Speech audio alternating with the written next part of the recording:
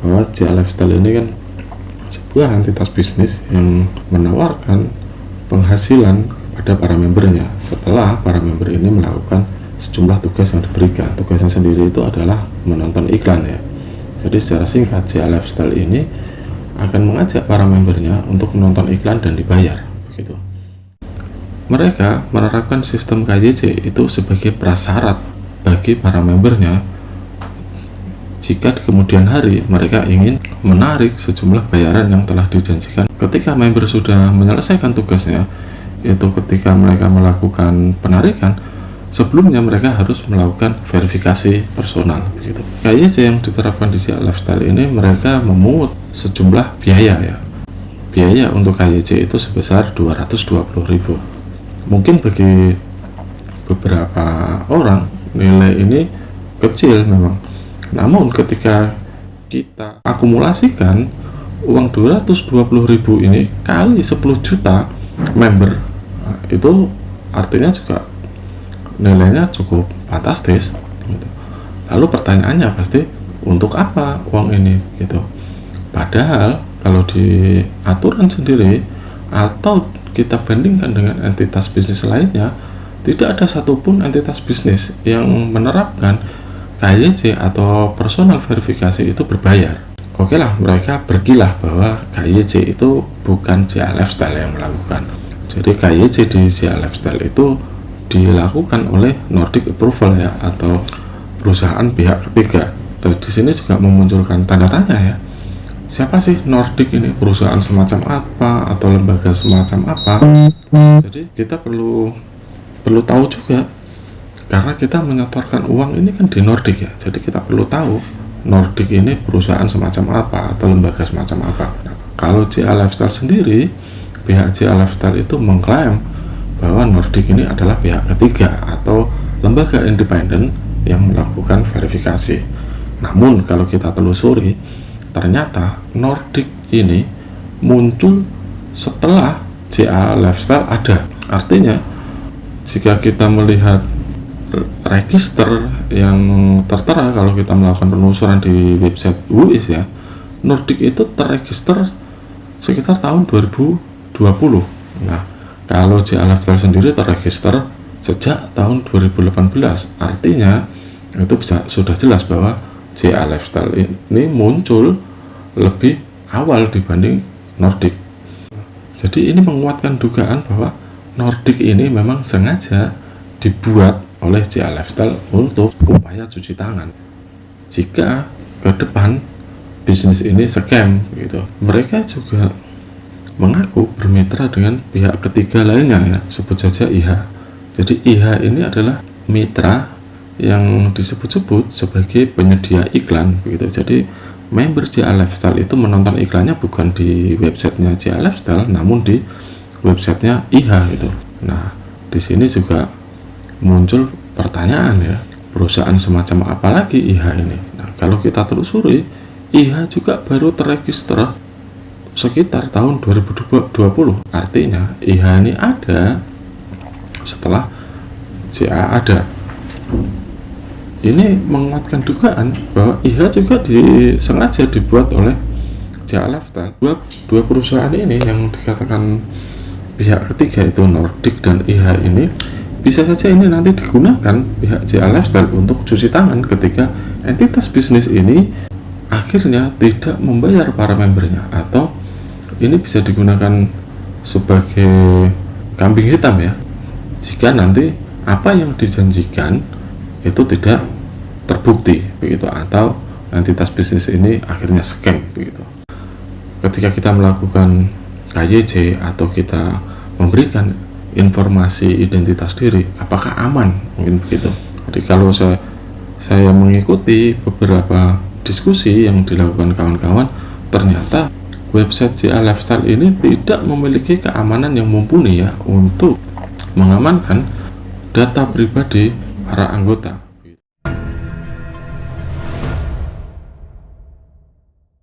Tanya ya, jadi saya terus kemudian menganalisa juga JA Lifestyle itu juga sama seperti itu, aplikasinya berbahaya, di mana di situ aplikasinya juga berbahaya dalam artian seperti ini.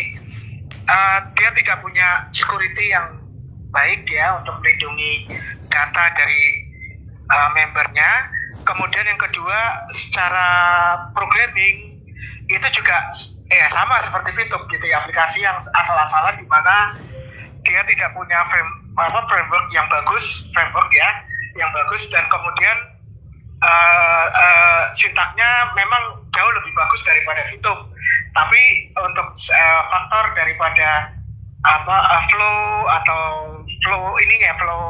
diagram daripada aplikasinya juga tidak sebaik, masih sama lah 11-12 dengan Fitup, kira-kira seperti itu. Ya, JA Lifestyle memang kalau dari sisi legalitas kita tahu di Malaysia juga sudah SCAP ya, tapi kalau dari sisi aplikasinya ya itu salah satu aplikasi yang juga harus dijauhi, sama seperti Forsage dan batu vulkanik, dan yang terakhir SUV. Kira-kira gitu Pak Udin. Terima kasih Pak Udin. Jadi bisa dikatakan sangat rentan ya data para anggota ini untuk disalahgunakan. Banyak kemungkinan kerugian-kerugian yang akan dialami para membernya ketika data pribadi mereka disalahgunakan gitu. Nah, ini penting ya, ketika kita mengikuti entitas bisnis kita harus paham dulu skema bisnisnya itu seperti apa gitu. Kalau kita lihat skema bisnisnya itu tidak jauh beda ya dengan skema bisnis yang diterapkan oleh entitas-entitas bisnis yang berujung scam. Jadi menawarkan paket-paket berbentuk upgrade level itu sudah sangat mafhum ya dilakukan para entitas bisnis money game Ponzi begitu. Jadi tidak aneh ketika mereka selain mendapatkan sejumlah uang dari hasil KYC, mereka juga mencoba untuk menghasilkan uang dari paket-paket yang ditawarkan begitu. Jadi mereka menawarkan paket untuk upgrade level. Jadi mereka menjanjikan para membernya untuk penghasilan lebih ketika mereka melakukan upgrade level. Itu sama ya dengan bisnis-bisnis money game Ponzi lainnya. Tidak kalah penting juga kita harus mengetahui seluk-beluk perusahaan. Apakah ini perusahaan legal, apakah kantornya real, atau profesionalnya juga orang-orang yang memang berkompeten. Kalau di obrolan atau di informasi-informasi dari para leadernya atau top leadernya, mereka menyebut perusahaan ini adalah milik Mr. Alex ya, meskipun Mr. Alex tidak pernah muncul ke permukaan gitu. Berikan tanggung jawab pengelolaan perusahaan kepada Chief Operation Officer ya, Satya Narayan atau Arun ya di sana. Meskipun kalau kita telusuri siapa sih Satya Narayan ini, apa prestasinya di dunia digital, tidak banyak informasi di jejak digitalnya. Apalagi kalau kita melihat profesional di bawah Satya Narayan itu juga sama sekali tidak menemukan informasi apapun gitu. Padahal JA Lifestyle ini mengklaim dirinya sebuah entitas bisnis yang memiliki aset di atas 300 juta euro dan memiliki 10 juta lebih member gitu. Jadi sangat aneh ketika perusahaan sebesar JA Lifestyle ini itu dikelola oleh orang-orang tidak berkompeten gitu.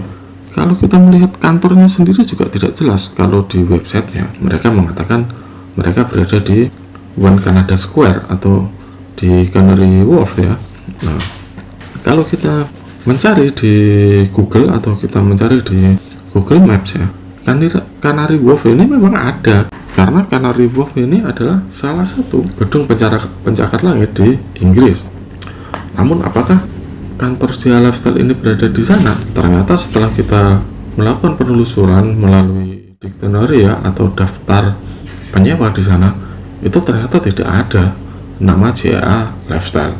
Meskipun mereka mengklaim ada salah satu keluarga member yang di Inggris itu melakukan pengecekan ke sana, itu mengaku di sana ada kantor JA Lifestyle. Padahal foto yang ditunjukkan itu tidak mempresentasikan bahwa kantor CA Lifestyle berada di sana. Di sana hanya terlihat seorang wanita berfoto di depan kantor Canary Wharf ya, atau gedung Canary Wharf, tapi tidak ada sedikit pun yang mempresentasikan bahwa CA Lifestyle berada di sana gitu. Kalau kita melihat legalitasnya juga masih meragukan, meskipun kalau di Indonesia sendiri direkturnya mengaku bahwa mereka ini memiliki izin PSE ya, atau penyelenggara sarana elektronik. Namun apakah benar mereka mencantumkan bisnis advertising di dalamnya, itu juga belum jelas. Nah, hanya saja informasi yang kami dapatkan, mereka itu bukan perusahaan advertising, melainkan mereka terdaftar sebagai perusahaan retail online shop melalui pemesanan online ya, begitu, bukan perusahaan advertising. Bisnis-bisnis yang tidak logis seperti ini itu sudah semestinya ditinggalkan ya. Jangan sampai kawan-kawan yang tergabung di bisnis seperti ini malah mengajak orang-orang terdekat, teman misalnya, saudara misalnya, atau orang-orang terdekat lainnya. Masalah itu akan muncul ketika bisnis ini scam dan kawan-kawan yang melakukan perekrutan itu dimintai pertanggungjawaban.